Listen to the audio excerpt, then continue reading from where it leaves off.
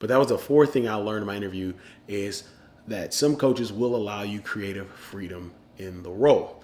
Now, for my last interview, so this is the fourth interview at my second university, and this is my fifth interview at the last university I worked at. Now, I don't have a helmet from that university, but I do have something else. I do have something else from that university, and it is this beauty right here. Let me pull it back so you can see it. It is the Big 12 championship ring. So my fifth interview at my third university, I had an interview with the head coach.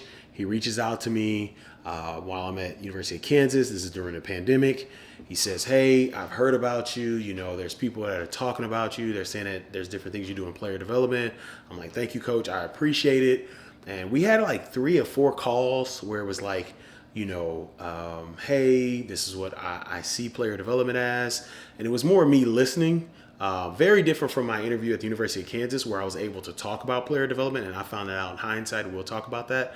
But it was a lot of like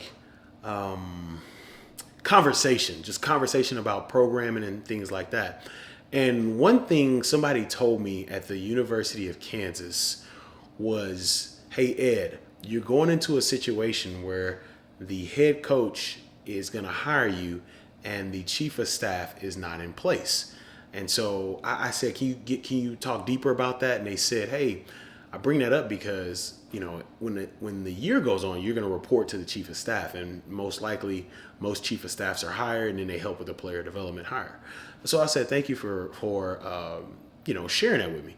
Now I'm thinking about this, but I get on the phone and the head coach is like, hey, we're gonna give you assistant AD title and a $40,000 pay raise. This is during, this is 2021, so we're coming out of the pandemic.